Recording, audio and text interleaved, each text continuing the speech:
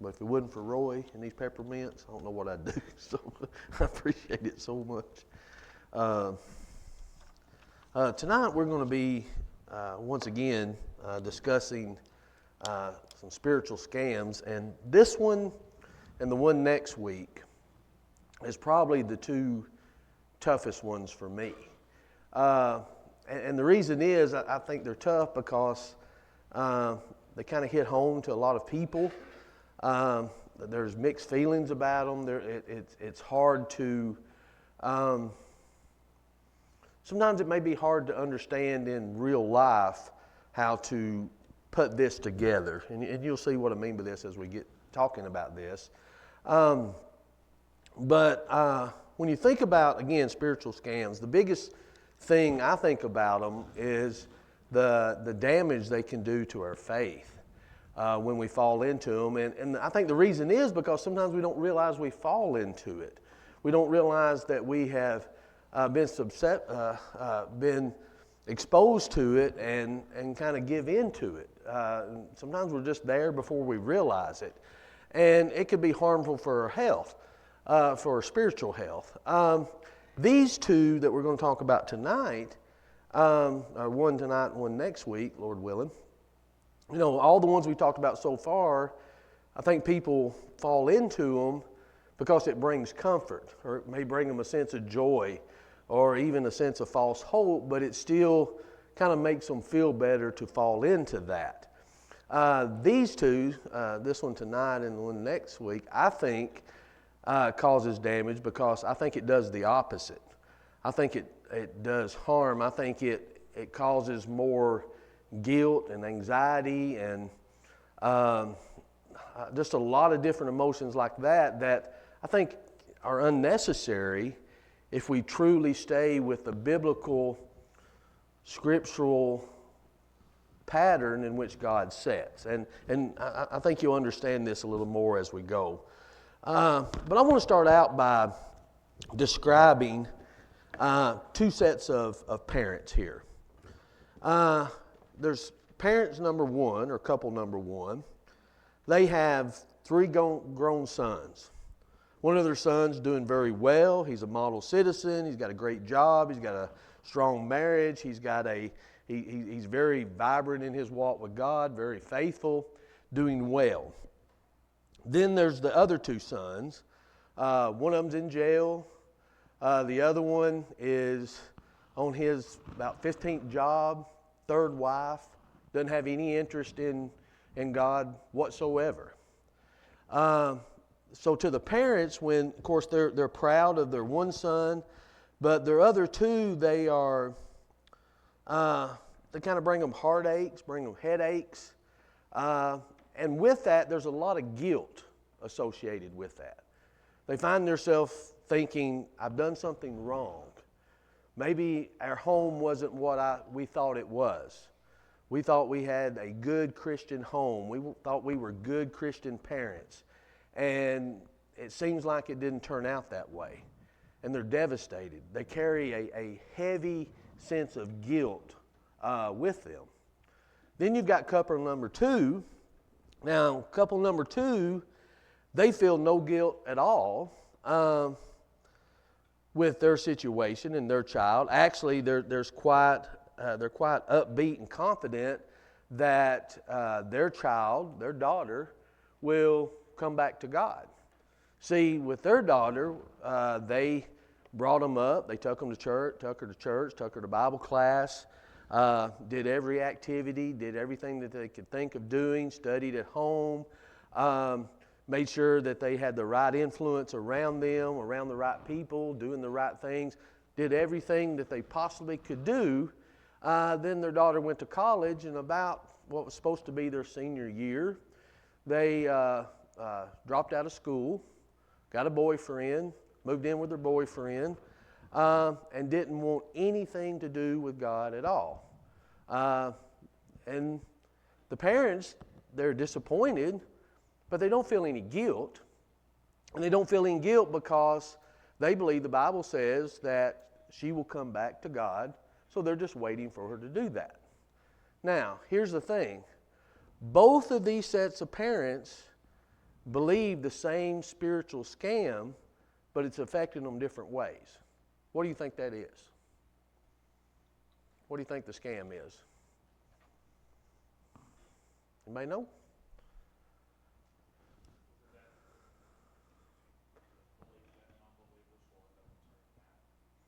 No. That's it. Godly parents produce godly children. Now think about that. Is that a spiritual scam to believe that? It's even hard to say. That's what we think should happen.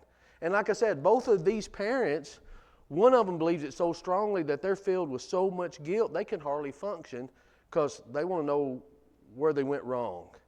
How did it end up this way? The others don't have any guilt because they believe God promises she'll come back. So they're just holding on hope. Now, that's a good thing to an extent. I think in the short term, the parents number 2 probably feel a little better about it. But in the long run, both of them are going to be devastated, I believe. Possibly. And the reason is they have fallen into the scam of godly parents produce and guaranteed godly children. And it even goes a little farther than that God promises that. I think that's the devastating part. That's the big dangerous part, is that they say that God promises that. And where they get that is a misconception of a verse. There's always a verse. There's always a scripture that individuals go to prove this. And this particular verse is Proverbs 22 and verse 6. Train up a child in the way he should go, and when he is old, he will not depart from it. Now, most people seem to think that this verse promises that a child raised correctly will come back to the Lord eventually. But that's not what it promises, is it? Is that what this verse says? Or even, it's not even what it says. It's not that they misinterpret it, but it doesn't say this at all. First of all, Proverbs 22 and 6 is not a promise of God. Because think about it. Does God ever go back on His promises? Does He? Has there ever been a situation to where godly parents, seemingly godly parents, we don't know the whole story of everybody, godly parents didn't produce godly children? Has there been a case of that? Has that ever happened? So, if they say that this is a promise from God, that if you train up a child in the ways that it should go, how they're interpreted that, if you train up a child right, when they're old, they will not depart from it. If that's a promise to God that all of our children as Christians are going to be faithful, then God didn't keep His promise, did He? And again, is there ever a time that God doesn't keep His promise? No, God always keeps His promise. That to me is what's devastating about this. It's what it says about God if that's what we take from this verse. Now, that's what we want to believe. That's what we want to think. And here's what happens. Here's where I think it's so hard and so devastating. One is it's what we think about God. And if it doesn't happen, is that going to be devastating to our faith? If it doesn't happen, how are we going to view God? It's just like the other things that we talk about. It goes back to how we view God. But the other thing is, take this, especially this first couple, the guilt that goes along with that. Now, as a parent, we all understand guilt when it comes to our kids. I always think I could have done better. I know I could have done better. I know I could have said things better. I know I could have done things better. I know I could have made different decisions. I mean, we all have a certain amount of guilt. But if we truly believe that godly parents are guaranteed to have godly children, I think that guilt would be so overwhelming, I don't know how you'd function. Could you? I mean, it would have to be devastating to believe it to that extent. That's why I think this one is so hard. One, it's hard for me to kind of put into words and kind of get a lesson out of it because it's pretty emotional and pretty touchy. Because all of us as Christians, if we have children, this is on our minds constantly, isn't it? I tell you, just for a few hours on both of my daughter's wedding nights, I was like a sense of relief. Okay, we made it this far without maybe any devastating thing. Now it's up Titus and Ben. If something goes wrong, it's on them. I've done my part. I can blame them now. But no, I still worry. But there was a sense of relief, because isn't that what you're wanting to get I still got another one to get to there, and I tell you, I'm going to lose whatever little bit of hair I got left with that one. You think about what our responsibilities are as parents, and we're going to get into that. But I wanted to start out, and these are fictional, mostly.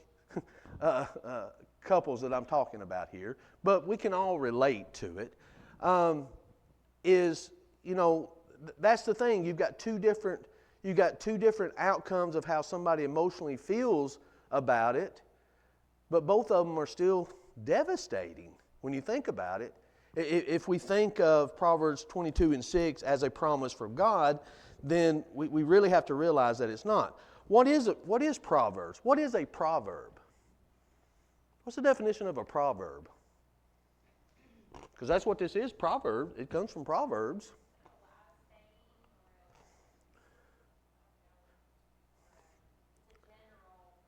Yeah, it's a general statement. It's how things should generally be.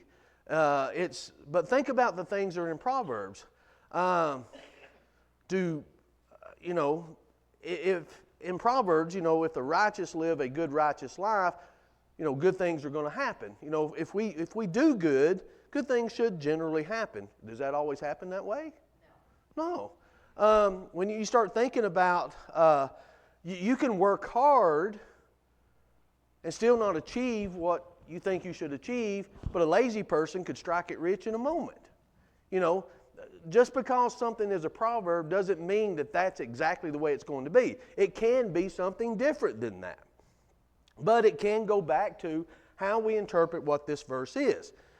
And I say that because there's two different determinations when it comes to this verse.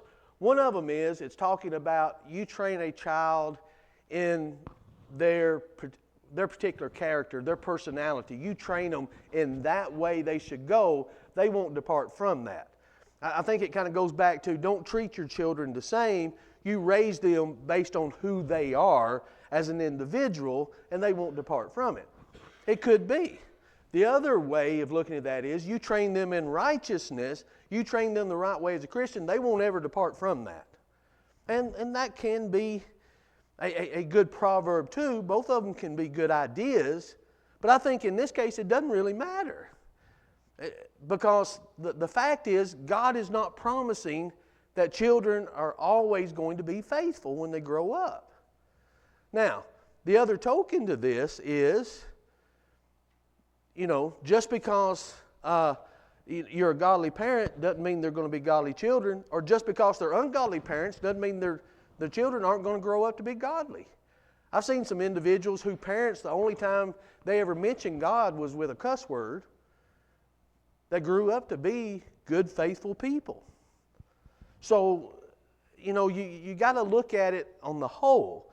You've got to look at it as the individual and the child, but you really have to look at it as not blaming God when that happens, when it doesn't happen like we interpret a particular verse that we think it should happen. Because again, like I say, I think that could be devastating. Again, couple number one has shame and guilt, and they're so ungrounded. Their prodigal sons their prodigal sons are no more proof that they were bad parents than Job going through his suffering was any more proof that Job had some hidden sin somewhere. We can't look that as a judgment and say, okay, here's what happened. That this is the reason that this took place. Now, we could go a lot of different ways with this. Just because someone thinks they were a godly parent doesn't make them a godly parent if they didn't do things that God said to do. Just dragging a child to church doesn't make you a godly parent. Some think that as long as you do that, that's all you have to do. No, it has to be the whole package, but that still doesn't guarantee anything. When it comes down to, children, when it comes down to how we can, I think I would preach this different now than I would had 25 years ago, because I've got some grown kids now. I didn't have grown kids then. It would start out as how to raise godly children, or maybe 10 facts of how raising godly children, and I think it would come down to now 3 suggestions of surviving parenthood is what I think it would come down to now. I think as we go through this process, we realize how difficult and how awesome the responsibility is to be a parent. But what we do have to realize as a parent also is, where does our responsibility for their actions stop? And sometimes it's hard to do that, because it's hard not to take things personally as a parent when your child is doing something, because we love to put our chest out when even our grown children are doing something good, don't we? I did that. Look what I did. I did that. Then when they get into some devastating situations, we're like, oh man, look at that. I did that. That's my fault that I did that. So it can be devastating to us. So we have to look and see exactly. Let's just take this verse, exactly what it's talking about. Let's look at the first part of it. It starts out with the phrase, train up a child in the way that they should go. At first glance, this seems to be pretty straightforward. But I think, again, there's a lot of reputable Bible scholars that have trouble with that. Is it talking about training them in righteousness? Is it talking about training them in personality, how their personality is? I think I lean more toward that because children are different, and I think we could do a lot of harm as a parent if we try to treat our children the same. I've actually heard parents say that. Well, I treat my kids exactly the same. I don't know how you could do that. Now, the rules need to be the same, but how you treat them has to be different, because they're different people, different disciplines, different rewards, different things. It's amazing to me. I've got 3 kids. I've got 5 grandkids. That is all still we've got so far, isn't it? 5? Okay. 5 grandkids. Hard to keep up. But all three of the kids, all 5 grandkids are totally different. Totally different. It's like they're nothing alike. And I'm like, how can you be that close of siblings and be so different? Your personalities are so different. But that's what makes it wonderful, doesn't it? So you look at them, you treat them different based on who they are, and your training should be based on that. So as we go through this and think about this verse, either way we look at it, we've got to know that it's talking about it is our responsibility to train our children. And I think that's far enough. I don't think we need to read any more into it than that. That training guarantees something. Now, it says here they won't depart from it. What is it that they're not going to depart from? Some people think that means that they'll come back to it. It won't ever leave them. They'll come back to it. This doesn't say anything about a rebellion child, does it? Is there anything in that verse that talks about a rebellion child? I don't see anything that talks about a rebellion child. It just says how you train them is going to stay with them. It's not going to depart from them. That could go a lot of different ways. That could be good or bad, couldn't it? It's going to be there. So as we look at this verse, we've got to realize that it's not a promise that the prodigal raised in a Christian home will eventually return to God. Now, we may say, well, what about the parable of the prodigal son? Well, I would say 2 things to that. One, if all we look at is the prodigal son, I think we miss Jesus' lesson anyway. It was far more than just the prodigal son that left. But what was the key thing with that prodigal son? He came to himself. There's some kids that don't come to themselves. I bet my mama thought, is this boy ever going to come to himself? Is this boy ever going to quit making stupid decisions? Is he ever going to quit being an idiot? You know, I couldn't imagine, you know. I look at that, I look at now, and I find words coming out of my mouth that I heard from parents that I thought I'd never say, you know. I'm like, how dare you make me say that? You know, I hated it when I was a kid, but I needed to hear it. One thing I think of training too, a little bit different than just the word raising a child, is training indicates a positive action or the teaching of what to do versus just stopping other action. Well, raising might be more of an environmental condition. Here's what we're doing. We're just going to get you growing. We're going to get you old, right? Like I just started raising quail, right? I don't train quail. I raise quail. I give them food. I give them environment, and I stop that thing from happening. That's the job I do with raising them. But training a child takes a step further, and you're teaching them not what to not do, right? Negative, but what to do, Mm-hmm. right? This is how we're gonna act. This is how we're gonna do it. So that there's a little, yeah. So I'm thinking Yeah. that for a trainer, there's a lot more to it than what sometimes the world just thinks. Yeah. When they think, oh, training a child, there's a lot more to that. This verse here than just a simple, right? The raising up or offering. Exactly. And we can jump to the end here. It really boils down to I'm responsible for how I train my children to make choices. When they grow up, I'm not responsible for their choices. And I think that's really what it boils down to.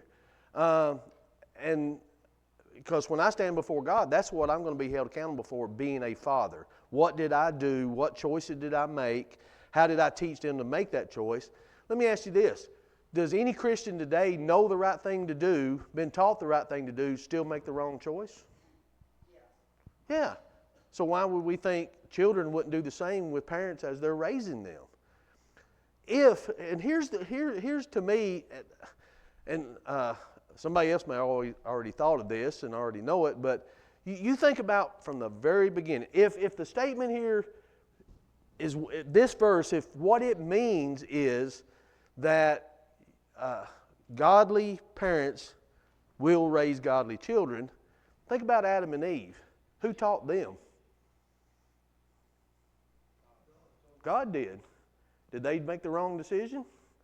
Was it God's fault? I mean, think about that. Think about their children. Think about Cain and Abel. Think about who Abel was, who Cain was, that he ended up killing his brother. You think about, we could go down the line, but to me, if we even go back to the beginning, if that's true, then God messed up, didn't he? He taught Adam and Eve. He told them what's right and wrong, but was he responsible for the choices that they made once he told them? He told them not to eat it. They ate it anyway. So we can't blame God. But again, like I said, we want to do that. We want to blame ourselves as parents. Now, is God disappointed? Well, absolutely. I can't imagine what God would be feeling with that, even with the knowledge of knowing it. But here's the other thing too. It's easy to stand back and say, that kid acts like that because it's the parent's fault. You ever thought that in Walmart? You ever wanted to whoop a parent in Walmart with your belt? Because how the kid was acting? Because they were acting like a brat, and you're trying to think, well, why are they acting like a brat? I got a phone call one time. It wasn't to me. It was to somebody else in my household. They said, did you call my kid a brat? No. I said, they were acting like a brat. There's a difference. And they were acting like a brat. It's been a long time with a school thing. But think about that. I was with someone one time at Roy's getting a haircut. That's how long ago that's been. This little kid was walking in there, just kicking everybody, kicking their shins, kicking their, everything. And the gentleman I was with, if you know this gentleman, he's not alive now. If you know this gentleman, you know why he said this. He said, I've got a belt here we can use. She said, I don't believe in spanking my children. He said, I wasn't going to spank the child. He was blaming the mom for how it was acting. He said, I'm disappointed in choices you're making. It was that kind of thing. But here's the thing. It's easy to judge a parent in Walmart when their child is being disruptive and they're trying to get them under control. And it's easy to bring the parent, well, I'd do this but I don't know, that child may have some problems that the parent just can't control. They may have some form of autism. They may have some kind of mental thing to where they're just outburst all the. I mean, they may. I don't know that. I'm making a judgment, standing in Walmart line, thinking, I just want to walk through the line. I don't want to hear this kid screaming. But I don't know the whole story. It's easy for me to look at the parent and say, it's your fault, isn't it? But we don't know. We don't know the whole story of what's going on. It could be, but we don't know that. With couple one, they may not have been the perfect Christian parents, and that may have a lot of effect of why two of their kids did that. I don't, we don't know for sure, but what we have to realize is I can't get to the point to where I blame the parent for everything, or I blame myself as a parent for everything because my child didn't turn out like I thought God promised me that they would. You see what I'm getting at? Now, it's not taking away for our responsibility as a parent. I have an awesome responsibility as a parent. Matter of fact, I've got Deuteronomy up there. I think John used this Sunday. And these words which I command you today shall be in your heart. You shall teach them diligently to your children. Shall talk of them when you sit in your house, when we walk by the way, when you lie down, when you rise up. You shall bind them as a sign on your hand. They shall be frontlets between your eyes. You shall write them on the doorpost of your house and on your gates. We've got a responsibility. Now, our lives are filled with everything. I mean, everything imaginable is going on. I mean, we're driving over here, we're going over here, we're going over here. I still remember, I don't even know how long ago it's been now, we did a class on raising godly children over in the other building. And we had to put a list on what we did all day long from the time we got up till the time we went to bed. And I tell you, I still got my list. And I still think about that because you look at all the things we're filled with, and then what we had to do is look at that list and say, where do we have time to truly train our children in biblical things? It may be in the car on the way to ball. It may be, at home at night when everything else has settled down. It may be early in the morning on the way to school. We can still do things, but still teach our children. It doesn't mean we quit doing everything and we have to sit at home and always have the Bible open and never leave the house. There's all kinds of ways to teach our children, and I think what this is telling us is everything you're doing, you're teaching your child. Everything you're doing is teaching them spiritual things. So make sure you're doing that and do the best you can. Now, as parents, can we put the wrong emphasis on the wrong thing? Yeah, I'm not taking away our responsibilities. But what I am saying is we need to make sure that we're not setting a standard, setting a doctrine that God didn't promise. Because it can be devastating to us as parents. It can be devastating to who we're talking to or who we're judging as parents. I think it can be pretty devastating to our faith. So I think the scam is godly parents raise godly children. Now, the proverb is that the best way to do it? Well, absolutely it is. Do you give them the best chance to do that? Well, yeah, you do. But does it guarantee that's how it's going to turn out? No. For as many instances as I could give for they turned out well, I can give some instances where it didn't. Bill, do you have something? Excuse me. Parents do all the right things, but they don't realize they're doing the right thing. Yeah.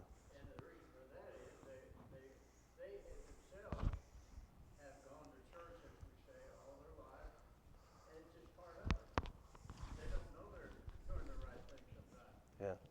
In training their kids. But if you talk church to children all the time, some of it's going to rub off and be good. Mm-hmm. Sometimes you can do too much Yeah. and oversell, in other words, some things. But I think the habits our parents get into, that rubs off on the children. And the children are going to do the same things the parents did. Mm-hmm. And I think one of the keys to that is, what is a godly parent? If I don't know that myself, then I can't be that, right? I have to know what God says a godly parent is, not what I think it is. Not that I think as long as I'm dragging my children in this building, then I'm a godly parent. No, I don't think that's what it is. I think that's far from it. If that's all that it is, I think that can be pretty devastating within itself. It has to be more than that. It has to be our whole life and whatever we're doing. You know, we're godly parents that we put godly things first over things of the world. And that can be a difficult thing because, as Jeremy said, there's a difference in training and just keeping them alive, you know, basically. You know, that's what my wife says sometimes on Thursday when she got all 5 of them. She said, just be happy they're alive. That's all I could do right now with 5 of them, you know. And I get that because I've been around all 5 of them at one time. And it's hard even for me to keep them alive. I don't know why I don't do that by myself. But sometimes well, not sometimes, all the time, we've got to realize it's more than that. It's making the tough decisions. It's making tough decisions when parents in the world aren't, and your kid want to know why. That's tough. That's hard. And I have to brag on my wife. She was better at that than me because it used to scare me. My kids being a preacher's kids, homeschooled, they're going to be weird. I got to figure out how to make them where they're not weird, and they're weird because they're my kids. That's why they're weird, you know. But it was just because of that. But I was worried about that, and she wasn't. She was just worried about we're going to try to make the best decisions no matter what anybody else does. And that's tough. There's some tears that were shed because of that. Do everything perfect? Absolutely not. You know, I don't know anybody that does. But we have to realize we're parents, not just best friends and coexist with them. You know, they've got friends. They need parents, you know. So it's hard to do to be a godly parent like that. And you make mistakes and you don't do everything right. But you do the best that you can. And that's what we do as Christians, isn't it? I'm not perfect as a Christian. I don't do everything right as a Christian. I do the best I can with not trying to make excuses for it. I do what God wants me to do the very best I can. And that's all we can do as godly parents. But it doesn't guarantee God, we've got the Bible, we've got all the instruction that we need, but that don't mean we're always going to make the right choices. Do we blame God for that? Do I stand before God on the day of judgment and say, God, it's your fault. I'm not going to make it in. You didn't do enough for me. You didn't teach me enough. All Scripture is given by inspiration of God. It's profitable for doctrine, for reproof, for correction, for instruction in righteousness, that the man of God may be complete, thoroughly equipped to every good work. What else could He give us? He gave us everything that we need to make us complete. So I can't blame Him for it because I didn't choose to follow all of it. So add this to godly parents, to godly children. You teach them what God has taught us through His Word. They have to make the choice whether they make the right choice. I don't know. I tell you parents may not like it, but I tell our teenagers in the class all the time, it can't be your parents' faith. Yeah, it's the faith, but you have to believe it. It has to come to where you're doing it because you know it's the right thing, not because just somebody told you it was. If it doesn't ever become your faith, do you really have it? So it's got to be the choice that you make. Exactly. It is. It's there. I've talked to people before, and I've invited them to church, and it's always interesting to me. They'll say, you know, my grandma and grandpa, they were faithful Christians. Well, good. Back to the question at hand. You want to come to church with me?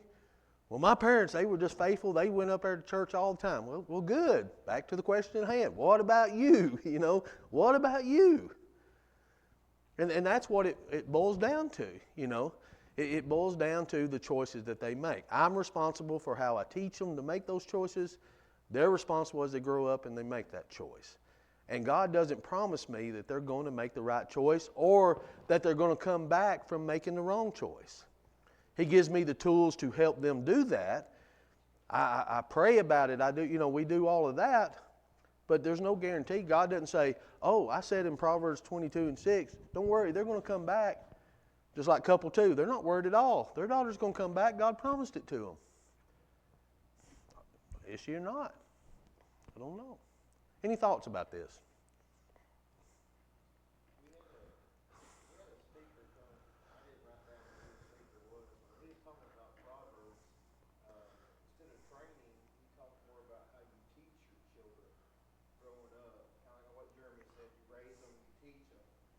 said, doesn't mean that everything you teach them, they're going to listen to you. And, Yeah. children have a listening issue. Some adults have listening issues as well. But it's whatever thing you teach them isn't going to stick. And kind of like how you were talking, they got to have their own religion. They got to commit that final commitment that they're going to stick with it to the end of the race. Yeah. I think back of, just try not to think of them too much, but all the dumb decisions I've made throughout my life. When I made the wrong decision, I can't think of a time when I made it that I didn't know it was wrong when I made it. I knew what the right thing to do was. I just chose, even as a kid, well, that's wrong to do, but to me, that's worth a whooping. That was my saying, that's worth a whooping. I'll do it anyway. And I got the whooping, and sometimes it wasn't worth the whooping, but I thought it was. I've seen a study somewhere. This was back in Foundation for Public Speaking when I was in college. We only retain about 20% of what we hear in a speech. So making sure that 20% is actually the important stuff that's going to get us to heaven. Yeah. Did I put Ephesians up there? Notice what Paul says. And you fathers, do not provoke your children to wrath, but bring them up in the training and admonition of the Lord. That's our goal. That's what we strive for as parents. Our goal is to have godly children. We never need to lose sight of that goal. This may not be something you ever hear much from the pulpit, I guess, but I'm going to say it. I think sometimes we need to give ourselves a break as parents to, I did the best I could. It's their choice now. It's left up to encouragement and prayer. And that's a hard place to be in. I've talked to a lot of parents that are in that situation, and it's devastating. They're full of guilt. Guilt is the biggest thing. Some of it is, I think, they should have it, based on what they told me. Some of them I don't think they should. I think they did the very best that they could, and their child just chose not to follow it. That would be hard as a parent, but I think you have to. It comes a point where you have to separate. Okay, this is still my faith. This is what I believe. This is what I'm following, and I'm still going to stick to it. And hopefully, that influence will be there. Any other thoughts about this? You know yourself that you can do the best you can. And when they walk out that door for the last time, whether they're married or moving on in their lives, there's no guarantee. All you can do is pray. You've done your very best. And as you look back, you're going to know you could have done better. Mm-hmm. But at the time, that's all you knew. So that's all you can do. Right. Yeah. So, yes, we do need to give ourselves a break. I'm not saying we don't need to hold ourselves accountable, but I do think you're right. We ride that way too hard. And that's why I said this is a hard one for me, because it's hard to say, okay, it's our responsibility. We've got to teach them. But we've also got to give ourselves a break. It's hard to say both of those things in the same sentence, but I believe that's what the Bible teaches.